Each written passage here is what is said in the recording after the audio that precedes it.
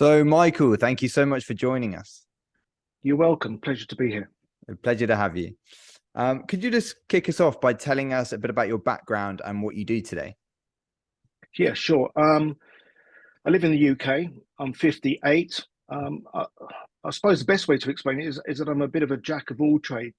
I'm a ski coach, work as a bodyguard, a martial arts instructor, a strength coach. I follow let's call it a carnivore type way of eating. I run carnivore retreats in Scotland. And I'm trying to, I suppose, really at the moment, just build up my social media profile to spread what I think works for me for optimal health and wellness. Epic. I mean, because that's where I came across you. I saw you on Instagram. I've heard you speaking on Dr. Anthony Chaffee's podcast before, and I've noticed that there are certainly people who are very responsive to what you're saying. You've got your Mason survival protocol, and I'm just curious, why do you think people have responded so well to you and what you're saying? I think there's no bells and whistles. Although I don't try to make it like that. I when people see me training, that's it. I'm training. I train outside, rain, snow, grey, sunny. Whatever. And I suppose I'm giving a realistic way of. I'm not cutting to the good parts. I'm not just showing this is it. This is what I do. The way that I cook. And I think everything that I do, I just try to take away all the crap around it. If I'm talking about breath work, I try to take away the woo-woo stuff around it and just give it to you straight. And I think people have resonated with that. And I think also they resonated in a way because they think, oh, we didn't realize you're 58. When we thought you were in your 30s or and I get that. Most people think I'm early 40s, and I'm 58. I've been doing this a long time, and I think that sort of sparks that. Oh shit! And it makes them look at themselves. And for some people, that's a great thing, and for some people, it turns them off completely. Yeah. Some people just expect like people of a certain age to be out of shape or to have body pains, body aches, and be fucked up, really. But you're showing, you can be nearly in your 60s, and your physique and your movement is top notch. Like that there's many people in their 20s who are far inferior in a physical and movement basis than to what you're doing. And I just want to touch on, like, you've got your Mason survival protocol. What is the protocol? What are the main tenets? The protocol really is nutrition, and obviously that nutrition is based around my style of doing a carnivore diet: low carb, high animal protein, virtually no vegetables, fruit, etc. I mean, I drink coffee, and I will have some of that stuff. I mean, I don't sort of say like you can't have that. I will do that. Now and then. Daily movement, and the movement, I put it in that whole sphere of movement. Good quality, and that's the key. Resistance training, movement, as in just moving, just not sitting on my arse all day long. Of course, I've got a dog, so it makes it easier for me to move because I have to. But by moving, it means that I'm outside. I'm outside in the elements. I'm getting. Okay, it's very grey here at the moment, but I'm getting the natural daily light and daily breath work. Not necessarily like I said before, in a woo-woo sense, although, and I love a bit of woo-woo, but just in a way of, functional eating. I mean, functional breathing, better, lung function, better oxygen exchange, and all those things around, good quality, breath work, which then goes into, if I'm breathing well, I end up sleeping well. And if I sleep well, then I recover well. And if I recover well, then I'm ready for the next day. Let's call it, fighting fit. With not just a physical vitality, but a mental vitality. Mm. And do you think that's because breath work has become really big now? I mean, we had Wim Hof burst onto the scene, and then we had a few other people that have brought it into the sort of mainstream. And what's your sort of breathing protocol? What breathing structure training do you do? So I do, I'll say a number of things. It's just a handful of different things, but my go-to, let's say, daily breath work is that I do 10, 15 minutes of coherent breath. And coherent means it's the same inhale time as it is with, with exhale. Very, very simple. It's all nasal breathing. And that's the key point of it, doing it as slowly and as softly as I can. I'll do some box breathing. I'll do some breathing, humming, which again that gets back onto to the woo-woo stuff, but there's science behind that. And I would just do that with a focus on functional breathing, not in terms to get to a meditative state. That for me is not the goal. However, I may end up in a meditative state. And I've done lots of different, breathing. So, I learned Qigong when I was studying martial arts in Japan. I learned transcendental meditation it was in 1986. So I've done, over the years and looked into lots of different ways of breathing, but it was always come across with that.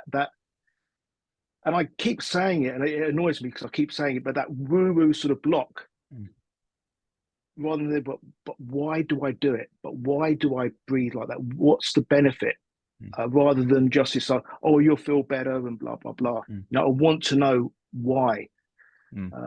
So that's what I do. Very, very simple. I think that's the thing with breathing and everything. It does get cast into this woo-woo space, but I think it's only because we've gone so far away from things like, in our modern society, we've gone so far away from things like spirituality and connection with religious areas, or we're so in sort of an atheist or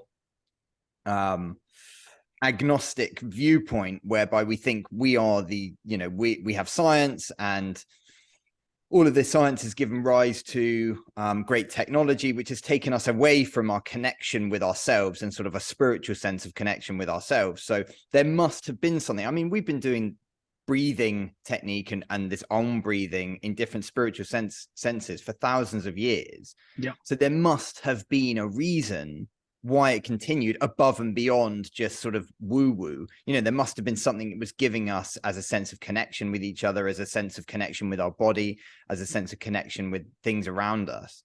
So that control of breath, I think, is really important. And I'm really yet to really explore breathing myself.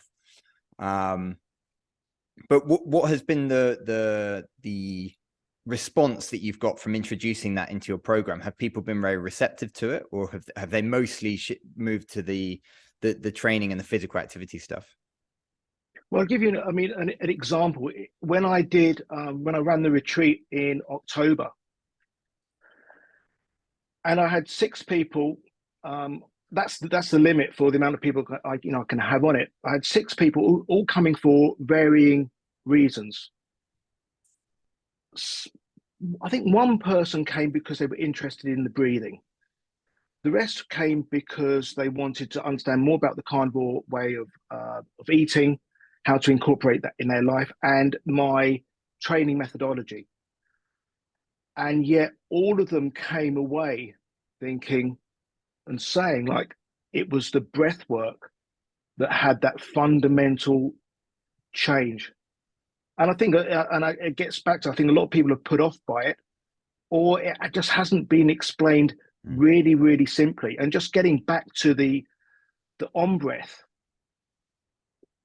the reason why on breathing is so powerful, irrespective of let's say the connections you were talking about, is that very, very simply, when we on our exhale, it increases nitric oxide in the parasinus by 15 times. Wow.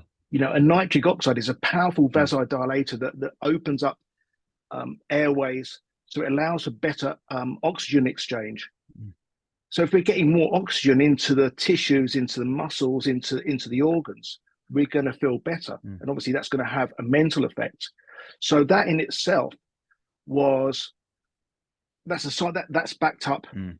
There's The science, scientific. behind that. Yeah. But they knew that thousands of years ago. Mm. Mm. And then someone's come along, or people have come along, religions, gurus, they've put their white label on it. Mm. And all of a sudden the truth has been lost. So my goal, even it's not even a goal, is that I like to know, but why. And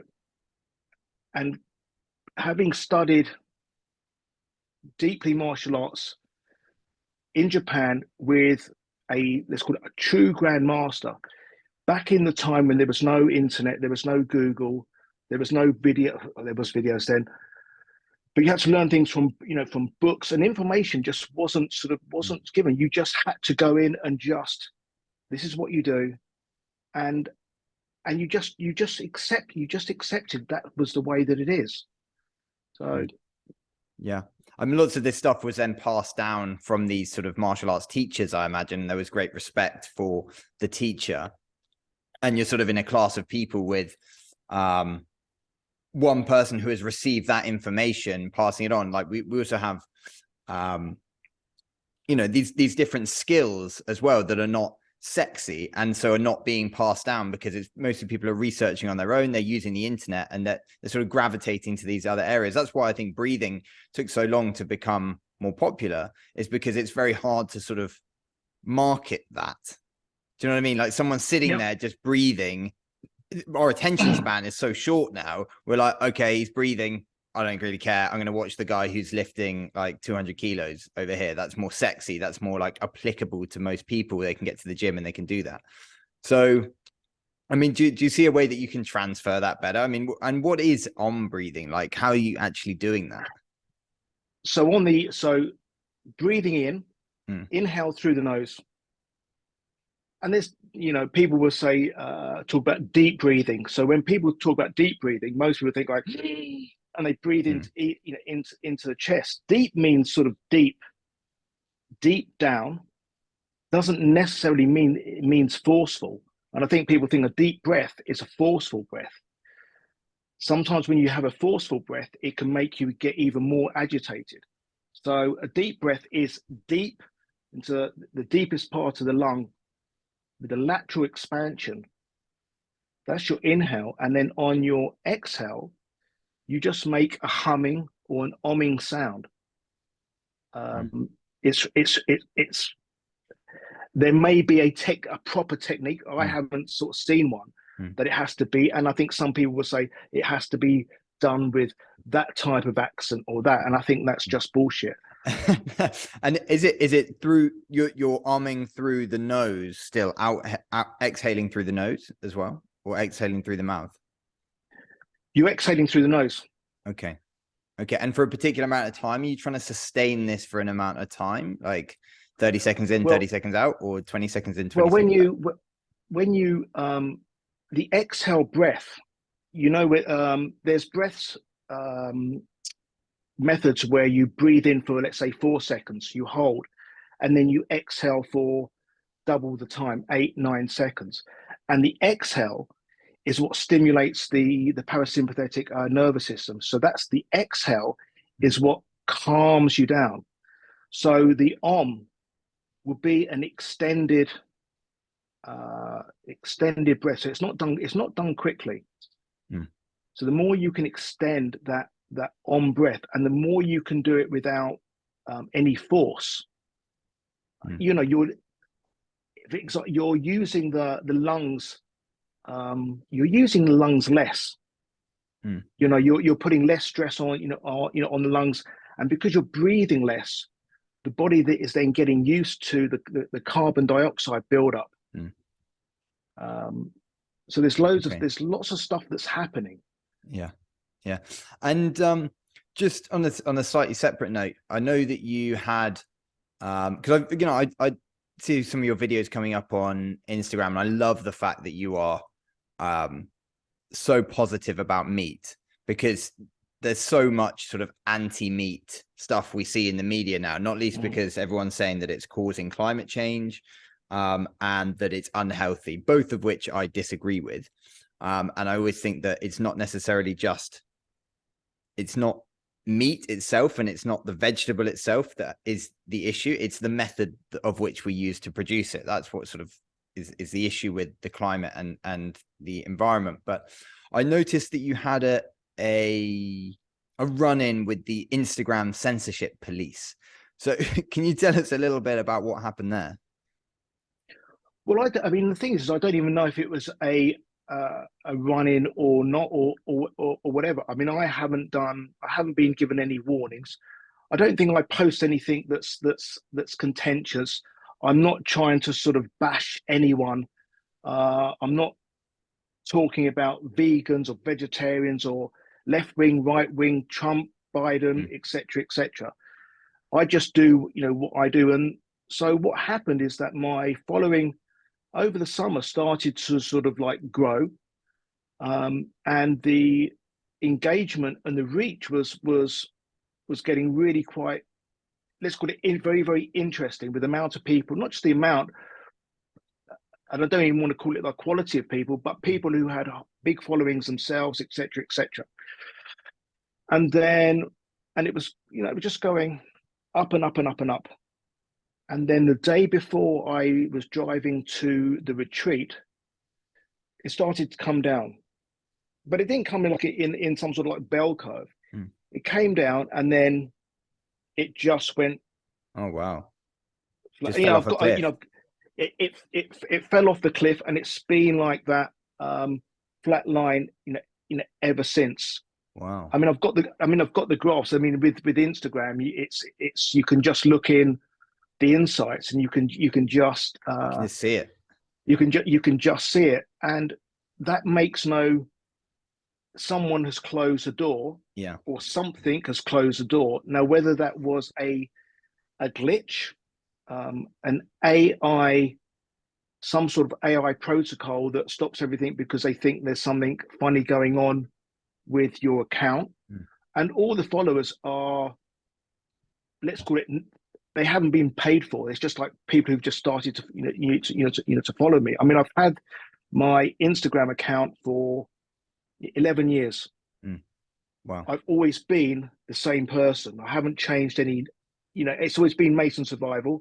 I haven't changed my name. Yeah. So it's just very, very odd that has happened, and it's 8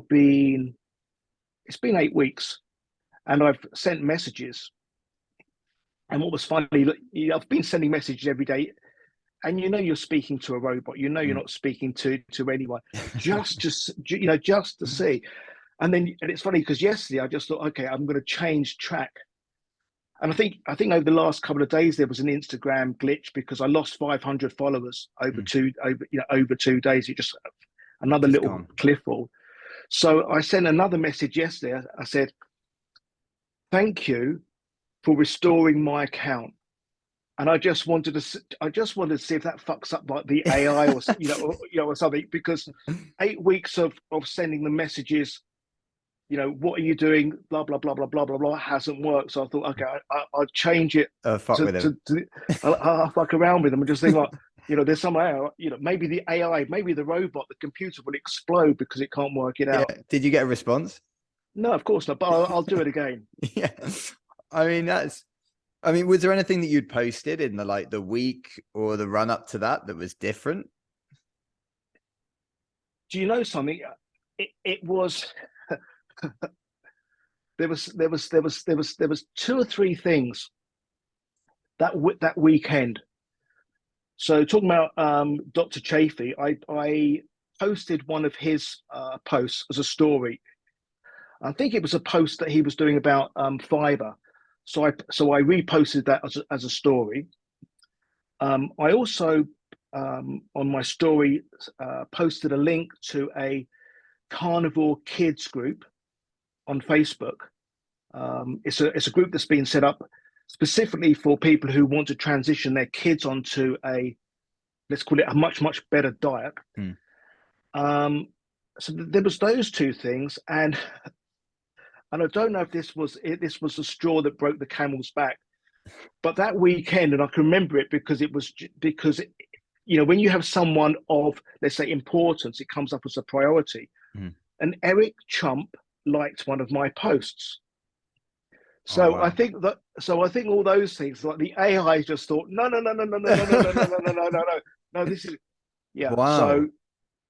I mean, So yeah, yeah. that's super interesting. I mean, like, I wonder if there's a sort of setup on Instagram that's sort of blanket chasing whatever Eric Trump is liking and then saying, shut that down, shut that down, shut that down. Or since he liked it, someone looked into it and said, look, I don't know, maybe because it fits with this sort of anti-meat narrative. And maybe they just wait, someone gets enough attention, they go, oh, we'll just push that down a little bit more. I don't know, and no one's been able to tell me. One person came back to me and said, it could be that because you've grown quite quickly, that it's just set off this AI protocol.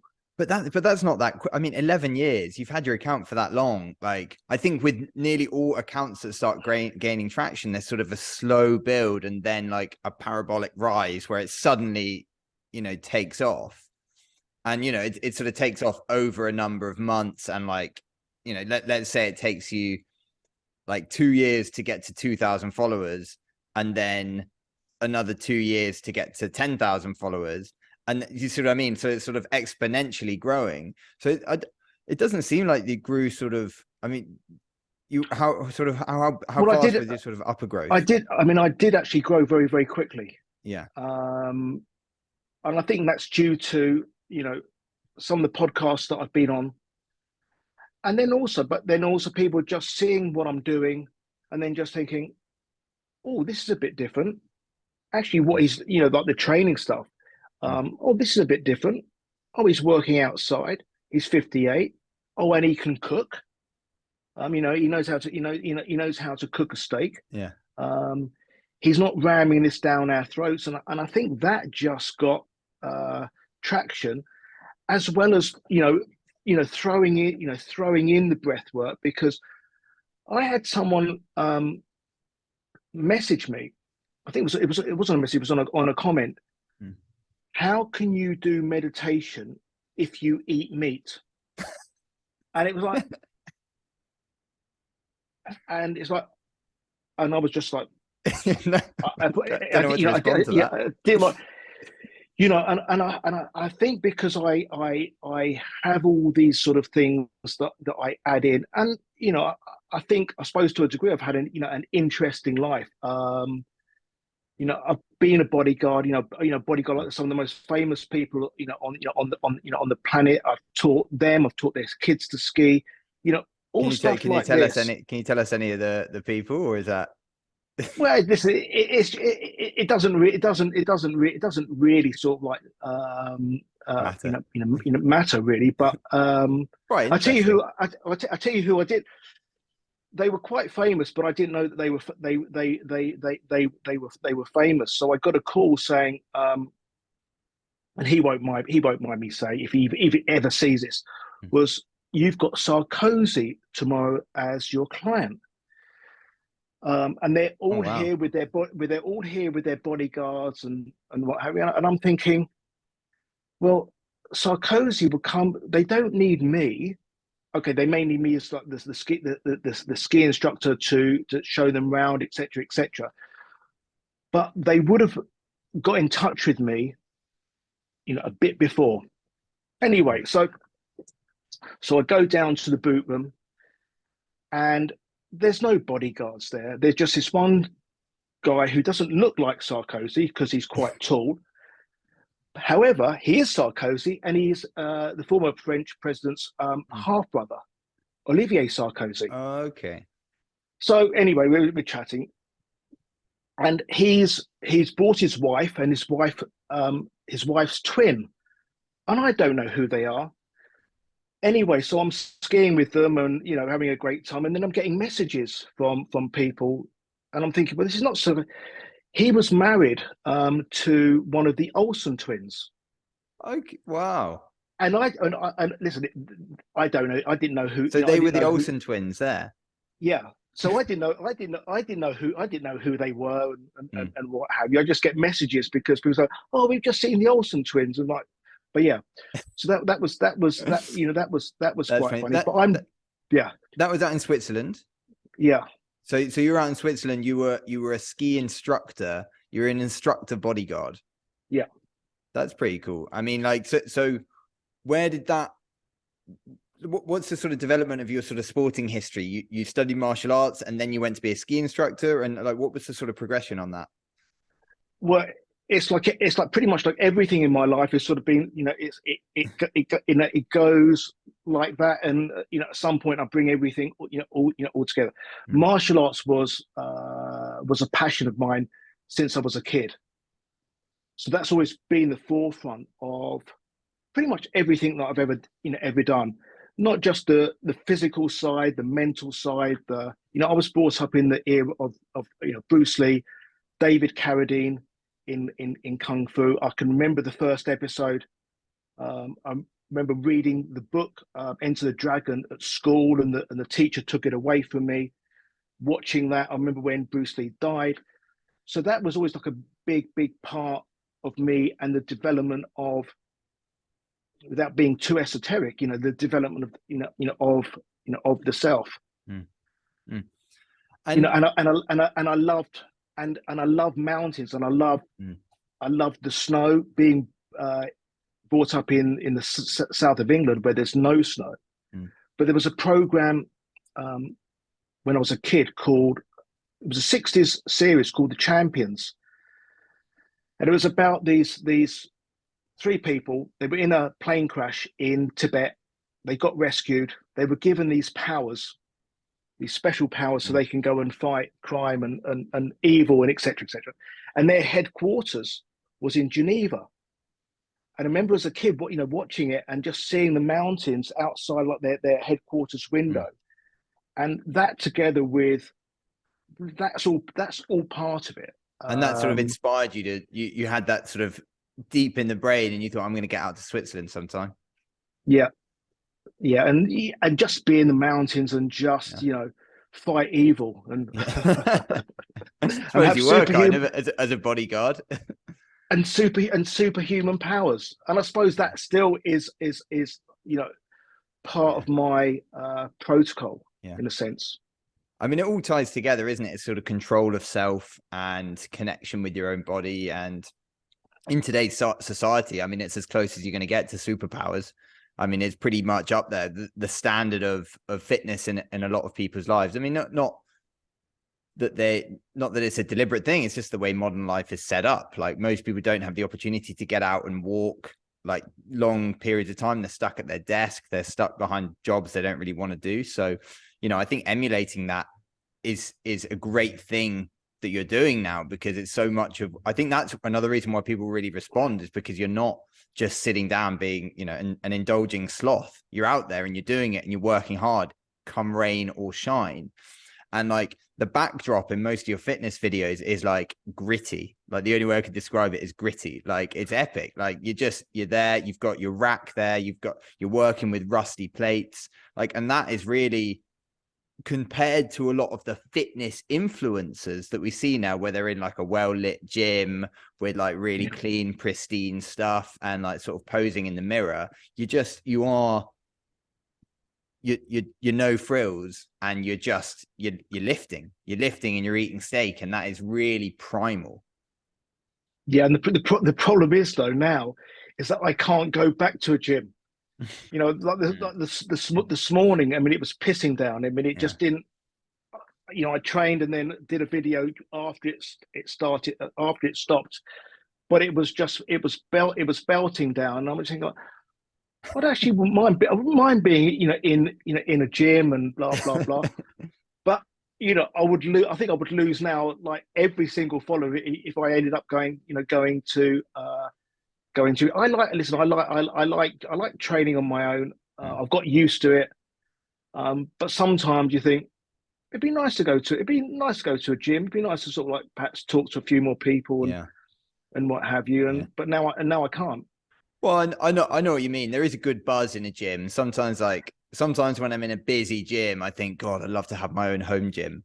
And then sometimes when I train at home, if I'm just doing like, a home workout or something, I think, oh God, I'd love the atmosphere of a gym with lots of people around and blah blah blah. It's always the grass is always greener, but you can still go to a gym and just not film it, I guess.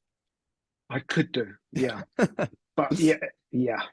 And what's your I like one of the things I really like and sort of hooked my attention as well is your real slow movements, and your sort of slow varied movement. So what's your actual training program? Are you lifting on a program? Are you trying to scale weights? Are you trying to increase volume? Are you doing anything like that, or are you just going by feel?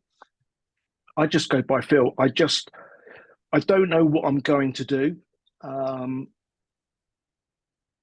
the beginning of the week, at the end of the week, or when I wake up, or the night before. I don't know what I'm going to do, and I just go by feel. I've done pretty much every type of weightlifting program there is over the years. I know how to. I know how to.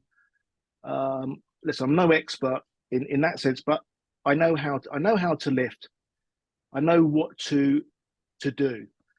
And I like playing around with stuff. I like finding where my limitations are. I like finding new ways or more condensed ways to do something. If I can spend 10 minutes doing something that has the same benefit as spending 45 minutes, then fantastic. I'm going to do that. And and the slow rep stuff is because of my training in qigong, and a part of that Tai Chi where everything was done, very, very slowly, mind muscle connection, breath work, breath control.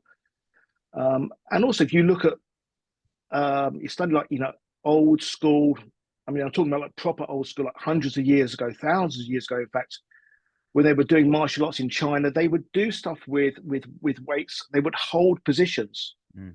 They would static hold positions with holding weights, and so it's just an involvement of that, and it's just for me it's just a really, really powerful way of training, and most people don't see beyond that. They just Mm. think, yeah, but there's no weight on there. Oh, it's too slow. Mm. Yeah, and because I try to do it without any type of grimace, and that for me Mm. is trying to control that mindset of just being focused and just dealing Mm. with what's in front of you. Because inside, I'm hurting like fuck, and it's like, and it's I just have to. It's just such a powerful thing, and it just makes me feel, yeah, I feel amazing from it. Mm. That's And all I and can say. and are you going to fatigue, or are you trying to sort of increase time, or what sensation are you looking for? Or are you just looking for pain? Well, it's not looking for pain at all.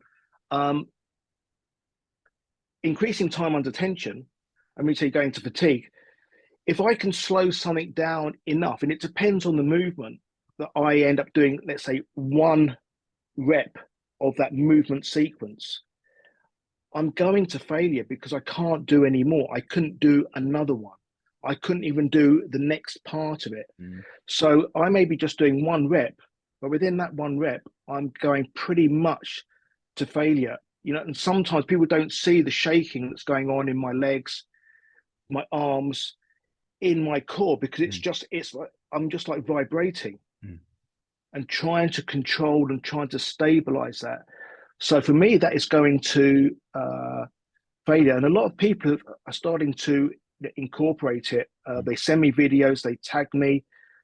A lot of people still haven't got the idea of going slower. Mm.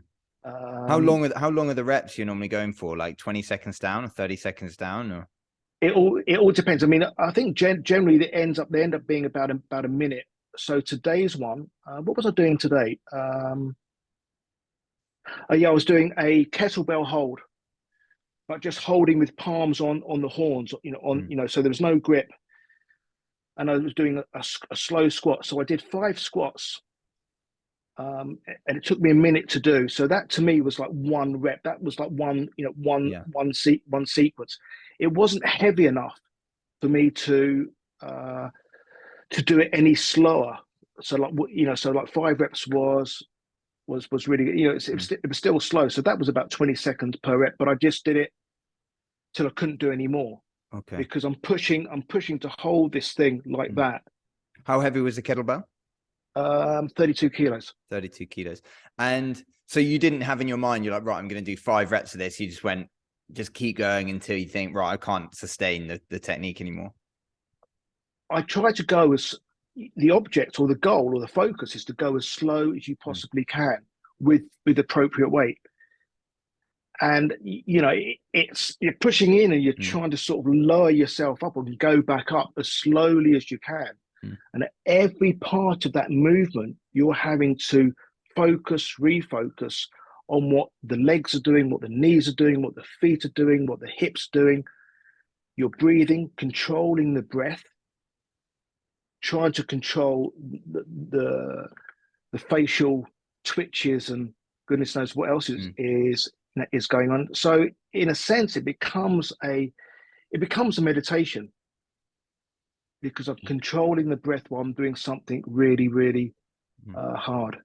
And in the same way, that was like our training in Japan, and when I had my dojo and training here, is that we would do a technique on each other, be thrown, etc., etc., and then you're down, and then as soon as you get up, poker faced, you put your gi together, you tighten your belt, you get everything straight, and then you bow to each other with no expression, onegaishimasu, like thank you very much in Japanese. So I'm thanking the person who's just thrown me and tried to Mm. destroy me, but without any type of facial, you bastard, I hate you, what, or high fiving.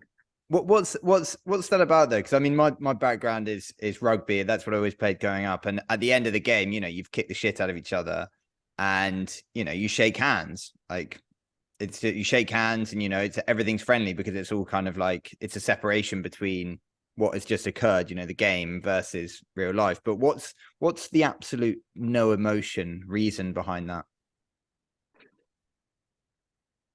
But the no emotion in terms of, let's say, on combat is that no one knows it, like poker.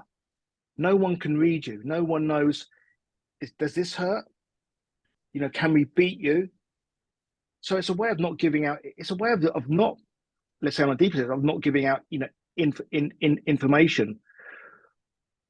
But the reason why I do it, okay, that's part of it.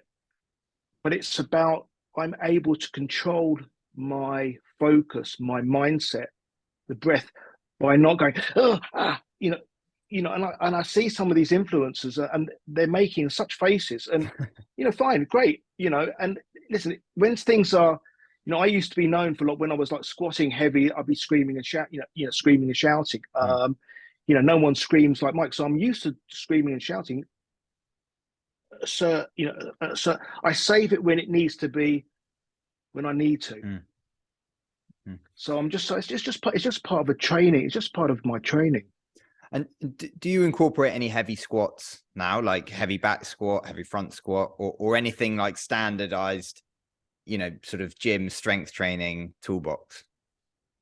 Yeah, I mean, one of the problems with squats is that I've had surgery on this shoulder.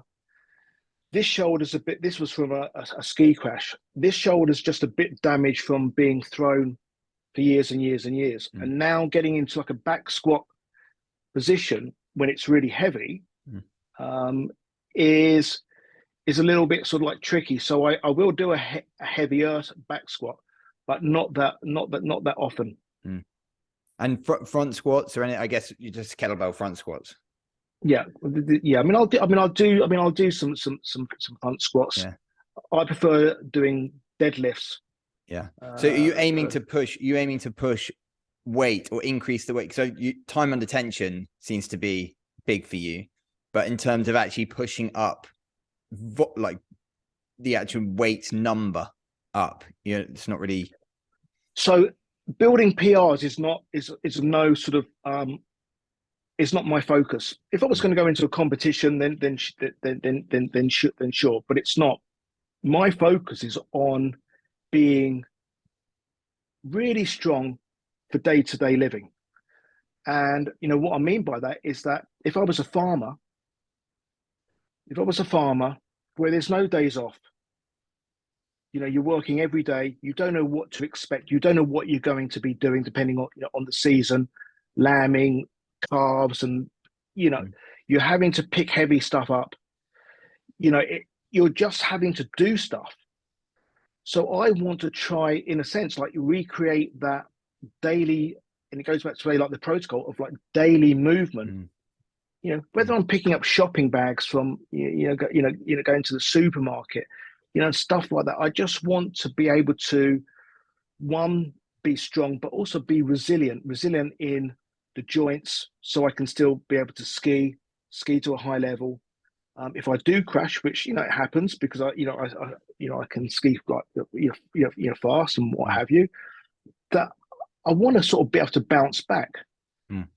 So my training is about that strength resilience as opposed to PRs. I mean, I'm not that bothered about what someone can lift in terms of the like the number. So and also when you train like that, you can end up feeling rubbish for the next 2 or 3 days because you can't, and I did years like that. It's like it's I want to be able to do something. If I'm called upon to do something now, whatever that is, I can just do it. Yeah. I think I'm a sucker for a heavy back squat. I love heavy back squats. And but it absolutely trashes your nervous system. Like you're absolutely blitzed, and like there's only a certain amount of time you can keep that up before you need to take breaks from your training cycle, and you got to go away and do other things. And like I ran 3 or 4 back-to-back 12-week cycles. I think it took a week break in between, peaking back squat after 12 weeks, coming back down, running the cycle again, peaking the back squat. And after a year of that, I was absolutely blitzed. And, that there are definitely better ways of doing things. You can still retain the strength. You can still get stronger. You can still, but it's with so much of training, it's very easy to get locked into one sort of tunnel vision of, it's very hard to vary your own movement and be your own coach. So I don't know, you need that time and experience like you've got to be able to say, right, I'm going to do a little bit of something different here. I'm going to do a little bit of something different there, and retain, look after your body properly. That's how you've got to 58 and retained everything so well, I guess. Yeah. And structurally, I feel very good. And, training is really, really easy. You just stick to the basics. However you vary it, time, speed, tempo, load, etc. You pick something up, you pull, pull-ups, you press, whether it's a shoulder press, whether it's some type of bench press or a press up, squat something and do some sort of plyometric, some sort of fast, movement. And, and that really is, to me, like, the mix. When people say like, "Well, how much can you bench?" Well, I don't know what I could. I know what I did. I know what I could do. Yeah. But what can I? What does that mean? What transfer? Not much transfer. What does it? What does it mean now? Unless unless my PR was yesterday. Yeah. Just because I could. I think my record was 142.5 kilos. That was 5 years ago. Well, what can I do now? Yeah.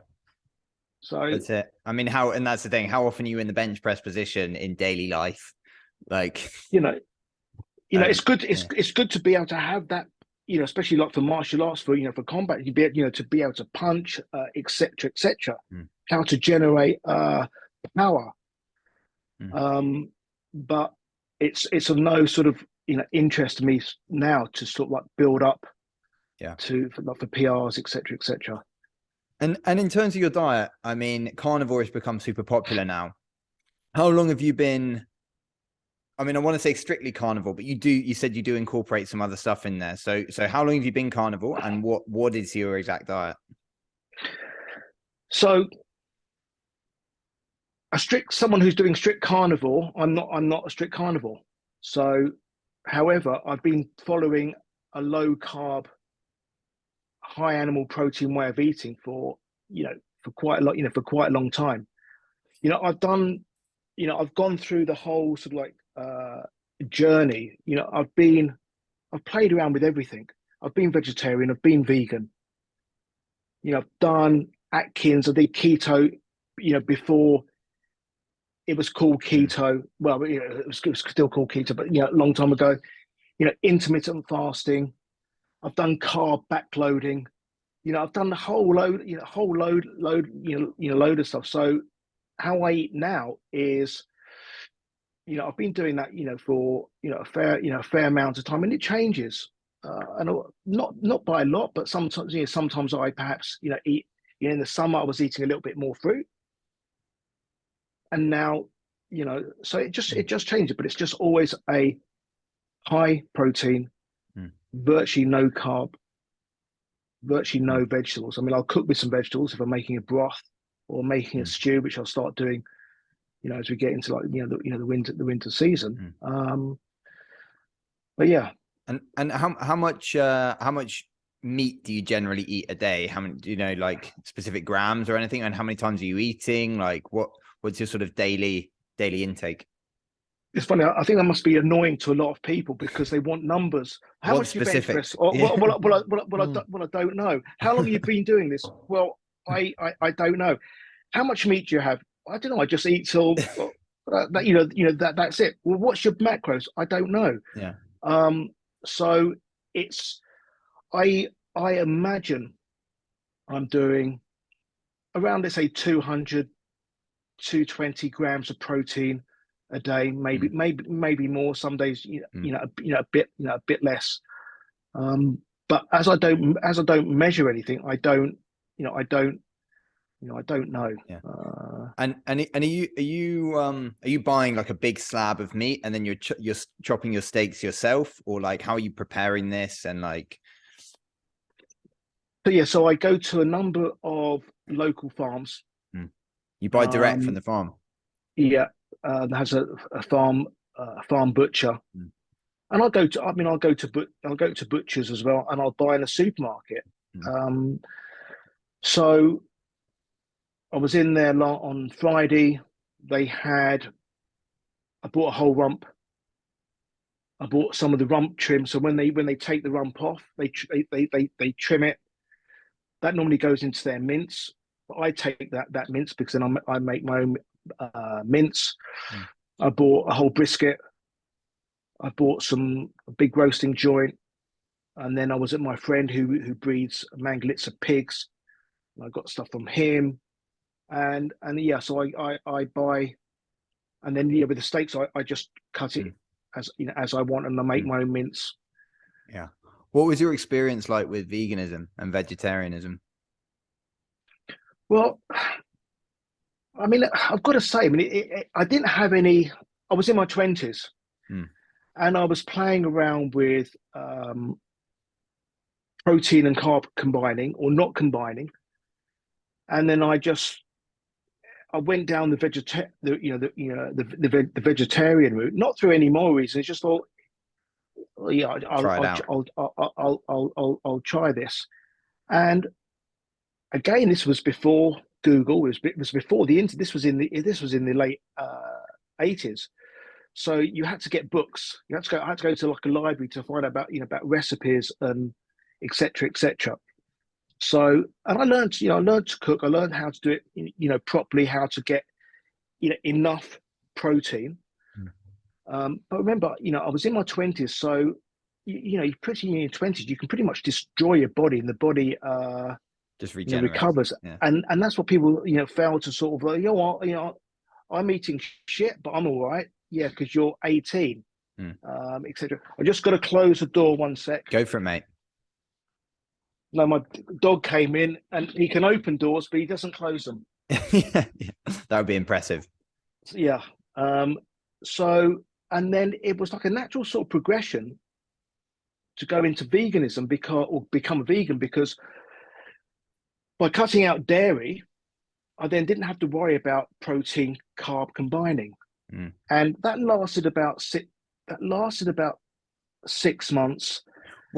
What's the protein carb combining? Just jump in there. Like, is that like avoiding eating protein and carbohydrates at the same time? Yeah. But you're still having protein and carbohydrates. Yeah. Okay. Yeah. So So let's say your breakfast would be just meat, and your next meal would be just carbs. Okay. This is it seemed interesting. Then there wasn't so much information like there is. That's the people used to try stuff, but it became a bit of a nightmare. Really, it was difficult to do. In the same way, being a proper vegan was really difficult to do. And even then, I didn't buy any processed stuff. I remember going into vegetarian shops, and even then looking at the things like the vegetarian and vegan bacon. And even then, I couldn't understand. Well, you don't want to eat animals, okay? I get that, but why are you making something that looks like it's just come from an animal to eat? So that was crazy. Plus the ingredients. You'd be looking at these ingredients thinking like, that's just full of shit. The sausage mix, the sauce mix, it tasted great. Listen, you fry it in fat and everything tastes great. And you just like, but it's full of when you got, who was it? Is it Kim Kardashian who was promoting Beyond Meat burgers or something? These are so delicious. Well, something? Will I say that for 500,000 or however much she got paid? I think it was a whole lot more. Yeah. I don't know. That's the thing. Like I saw these vegan plant-based eggs the other day, and they're covered they're like hard boiled, and they're actually wrapped in plastic as well. So people are touting like, this is going to save us from having to kill cows and everything, and we won't have to farm cows. And you're just thinking like, I think there were 20 different ingredients in there, and you're like, this is the madness unfolding in society. But there's this whole dialogue that some of this man-made stuff is better for you. And I like we were talking a little bit about it earlier, like this vegans versus carnivores and omnivores and paleo, and what's the right way to eat. And I'm nearly certain, I'm 99% sure that as long as you just don't eat the artificial crap, like the packaged goods, like, and you have, balance and variation, then you can get away with actually quite a lot in your diet. You could either be carnivore, or you could be, I don't want to say you could actually be a strict vegan. And I think ultimately that's the hardest one to do, where you're cutting out all animal products, because there's so much nutrition in animal products. But as long as you avoid the shit in terms of the highly processed foods, then you're probably going to be all right. To a degree, I think. I think you'll get away with it. I think you'll get away with it while you're young. But I think as you get older, and there's not a lot of well-looking older vegetarians who look vital, they could just do stuff. They look resilient. The skin has some vibrancy, to it. So, but I think you're right. I think it's like, if you cut out processed, that's the key. But no one is going to have the time to soak beans, to make recipes up from scratch, to go and research, because they want everything now is instantaneous. When I was a kid, it was a good series, Kung Fu. You had to wait the week, watch the next one. Now you can download it. People aren't going to they want things now. Binge They want to culture. pick on the shelf. That's it. Pick it up. put it on the thing. Yeah, this is saving, and be all virtue about it. This is Mm. saving. This is saving the world. Yeah. And yeah, it's all screwed up. Yeah. I think there's that's it's all tied in with this virtue signaling stuff where it's like, oh, look at me, I'm doing my part for the planet. Why aren't you? And, you know, all this stuff ties in, and it's because there's so little privacy now. So many people's lives are so public on social media, and they want to show off. They want to try and get clicks and likes. And a way to get clicks and likes is by either cutting someone else down by saying like how unvirtuous they are, or by trying to elevate yourself up and saying, oh, look at me, I'm saving the planet, I'm not eating meat, I'm chastising this person for eating meat. And yeah, you are right. I mean, there's not a lot of people who are strict vegan or vegetarian who actually look well. Like, I mean, I'm always going to be a proponent for including a lot of meat in the diet. But like, have you experienced any backlash, like on people saying like, how can you tell people to eat meat, or any of the sort of kickback from what your message is? I don't get any real sort of you get people, some trolls, etc. I think the biggest thing that I get is to do with fat and cholesterol. Mm. And I think that scares a lot of people. And rightly so, and I don't mean that in a good sense, rightly so, because that's how they've been programmed. That's the information they've been given from the top down by the governments, by the medical profession, by their doctor, etc., etc., etc. So when they see someone, who's eating, I had it today. What did I cook? I cooked some rump steak and a burger, and I was basting it with a whole load of butter. That's what I had. And then someone said, yeah, but butter, and I said, butter is good for everything. Butter makes everything taste better. And they put, but it makes you fat. And then I said, and I wasn't going to reply. And then I just said, but I'm not fat.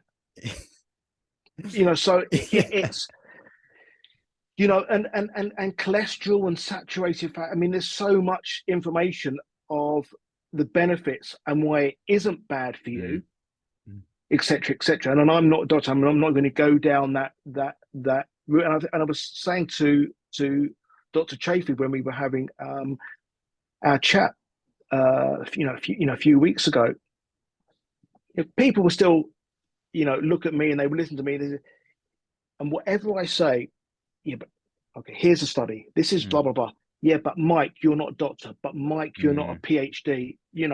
Even though I think I'm quite a good example of living this lifestyle, they still won't listen to me because I don't have that the letters after my name, etc., etc., etc., etc. That helps to validate, that.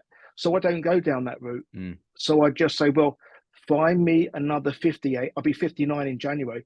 Find me someone else like me. Sure, there's going to be a few, sure. Yeah. But well, the guys like you are also on the similar diet. They're on the similar diet and they're training. Like these people who are like, Mark Sisson and some of these other big names who are like low carb and are just in great shape. Yeah. And they're coming into their, late 50s, 60s, some 70s. I don't know how old Mark Sisson is. I think he's 65 or so. Just like ripped. Yeah. Great shape. And like, but if you listen to the many of the doctors out there, and it's the appeal to authority, isn't it? It's like, oh, well, this doctor said this and you're not a doctor. So like, what do you know? But it's like, you're living it. It's experience. This is working for me. And many of the doctors you see who are talking about like high carb, like high grains diet, they're in terrible shape. Like they're in really bad shape. They couldn't lift 5 kilos, let alone actually be out there training. But they're doing this. We don't have to go down this route, but like this industry funded research and everything in between, like there's so many conflicts of interest. Like your only interest is being as healthy as you can and spreading a health message to people and giving people good quality retreats where they can feel healthy and like understand carnivore. There's not much of a conflict of interest there. Whereas like someone who's being funded and paid to push a particular message, that's a lot of conflict of interest. I don't want to end up like my parents. They both have severe dementia. My dad has even horrifically severe dementia. He's disabled through a stroke. Has countless, obviously diabetic, etc., etc., etc., etc. Had bypass, heart bypass, 40 years ago.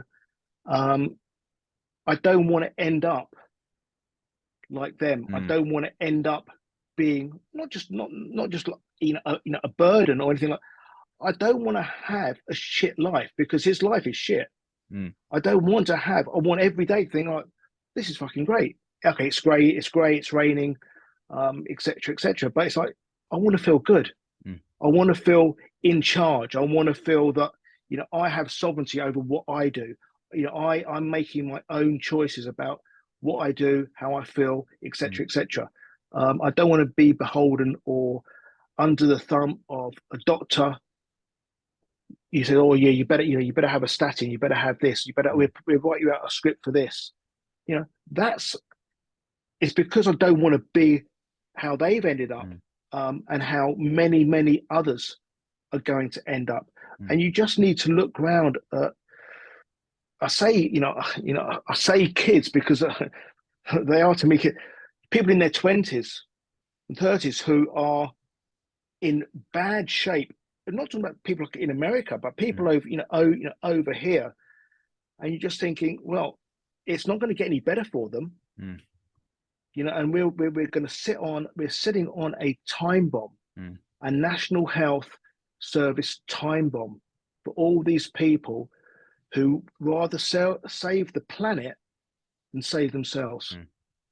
I think we're watching it explode in real time, to be honest. Like the huge waiting list. People accept that when they get to that, people accept that they've peaked after 25. They'll just go like, oh, well, I'm getting older, like my joints are going to hurt, blah, blah, blah. And it just doesn't have to be like that. People you're an example of someone who just goes on and is training hard and is feeling fit the whole time.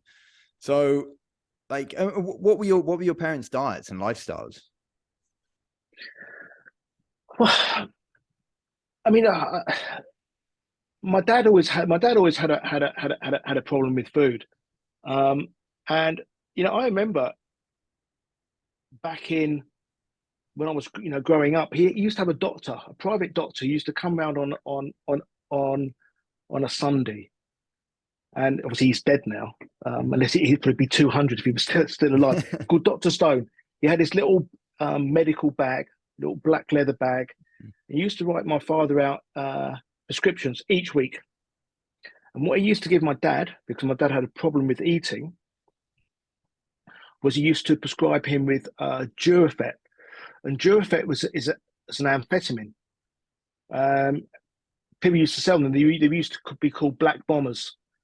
So obviously similar to Purple Hearts in America. And that was his doctor. Not saying they didn't know anything about. Take away appetite. Yeah. But it just made him sort of like, and then the flip side of that, well, to bring you down, you've got to have that, and then sleeping pills and everything else. Pills, the whole lot, and that unfortunately was how he ended up living for 40 years, and he's 90, mum's 94, and it's rather than being told, okay, or put you on some sort of, they didn't know anything. That's the thing, they didn't know. When he had his bypass, instead of saying, look, Harry, why don't you go on this type of diet or something like that, and we can sort of avoid surgery. We try and heal it that way. No, we'll bypass. Your artery is clogged up. Instead of working out why it's clogged up and what we can do with that, we just bypass it. And we'll cut you up. And all the negative Madness. effects that happens. We'll cut you up, we'll bypass it, but we won't give you any information on how to avoid that and how to. That's it. It's The crazy. surgeon gets paid. He's happy because he's done his job. So Mm. yeah, There's a whole industry around it. it's just it's just fucked up. Mm. Yeah. And and and just I suppose one of my something not that I taught myself, it's just something that I realized from a very early age was like, I'm just going to keep quiet here Mm. about if ever I get ill or not. And I've got a genetic heart defect. And when I was a kid, I used to have these palpitations.